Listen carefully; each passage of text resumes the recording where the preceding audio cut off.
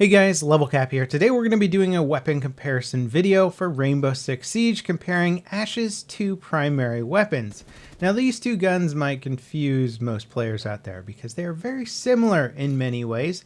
You pick one up, it does pretty well, shoots fully automatic, got a 30 round magazine, seems to kill people pretty quick, and then you pick up the other one and it does the exact same thing. So what are the nuanced differences between these weapons and why should you pick one over the other? Well, the first thing you should know is how much damage do these weapons do per shot and how much against variously armored targets. Limb damage is less than body damage, and when somebody has lots of armor rating and even extra plates, you're going to be doing a lot less damage. So it's important to know how many shots it's going to take to kill your opponent if you don't hit them in the head. Starting off with the G36C, if you're going up against lightly armored targets, say armor rating of 1 or armor rating of 2, you can 3-shot body shot your opponent and 4-shot limb shot them. This is pretty good, all things considered. Very, very high damage. Now once you start going up against somebody with an armor rating 3, you're only going to be doing 19 damage for a limb shot, so it's going to take you 6 shots in the limb to take down your opponent and 4 shots in the body. This is still pretty good overall. Now when somebody's got an armor rating of 3 plus body armor plates, like say Rook, who's wearing his own plates, then it's going to take you 5 shots to the body and 7 shots in a limb to take him down. This is the maximum armored target in the game, and these are still some of the best weapons to use against those kinds of targets. Now, of course, these numbers only matter if you're body shotting your opponents and not headshotting them. If you're headshotting, then the only thing that really matters is rate of fire and accuracy. Luckily, the G36C is a very accurate weapon in this game, and you can even full auto fire it with very small groupings. This makes it a particularly effective weapon for getting headshots, especially when you're using the foregrip and compensator on there to further reduce the recoil. And if you don't have great weapon recoil control, or you like to full auto spray rather than tap fire, this is going to make a gun that's just very easy to use. I highly recommend the G36C for somebody who's more interested in the strategy of Rainbow Six Siege rather than minute weapon control. It's a great starting weapon for the game. Any novice player should do well with it. Any experienced player should have an easy time controlling the gun, no problems whatsoever. Now how about the R4-C, a higher rate of fire weapon, and traditionally speaking in a game that's all about headshots, you should want something that shoots faster. But is the R4-C going to be the ultimate choice for this?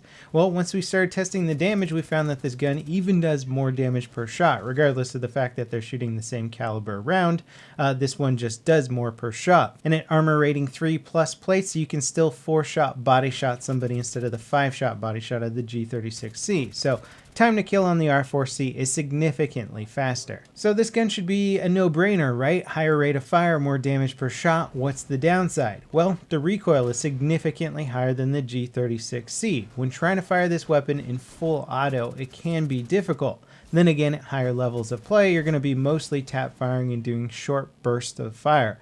But that being said, there just are some situations where you're going to need to spray and pray and expect your fire to be less accurate in those situations. It's not necessarily a big deal depending on your playstyle, but if you're somebody who doesn't want to worry too much about recoil control and full auto accuracy, then the G36C might be a better choice for you. Now personally, I like to run with the foregrip and compensator to mitigate as much recoil as possible. I have seen people run with the suppressor on this as well. If that's your style, just expect a lot less damage to limbs and body. The suppressor really significantly reduces the damage output of any weapon.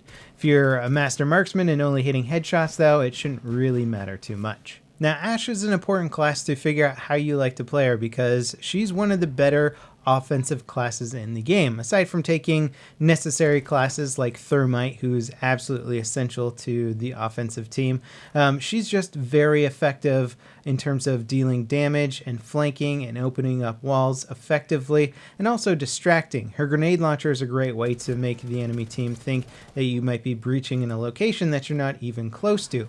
She also can double breach, where if she has a breaching charge, she can put that on a wall, then shoot a grenade into a certain certain window and detonate a breaching charge, so you can breach 2 locations at the same time, which is great for distracting and throwing off the enemy team. Heck, you could even breach 2 locations at the same time and then with your weapon bash through a window somewhere else and start shooting through that, totally distracting the enemy team. So she has a lot of really good offensive and flanking options. She can also destroy deployable shields. She's one of the few classes that can actually breach from the floor below, so she can shoot into the ceiling and get kills that way. And her explosive charges are not defeated by Mute's jammers. So her and Sledge are some of the only classes that can actually breach through, say, castles, walls that are also being jammed. Ultimately, she's an excellent class to play. You can't really go wrong with Ashe, and depending on your weapon control skills, I would say more of a novice style player or somebody who just doesn't want to deal with recoil, go for the G36,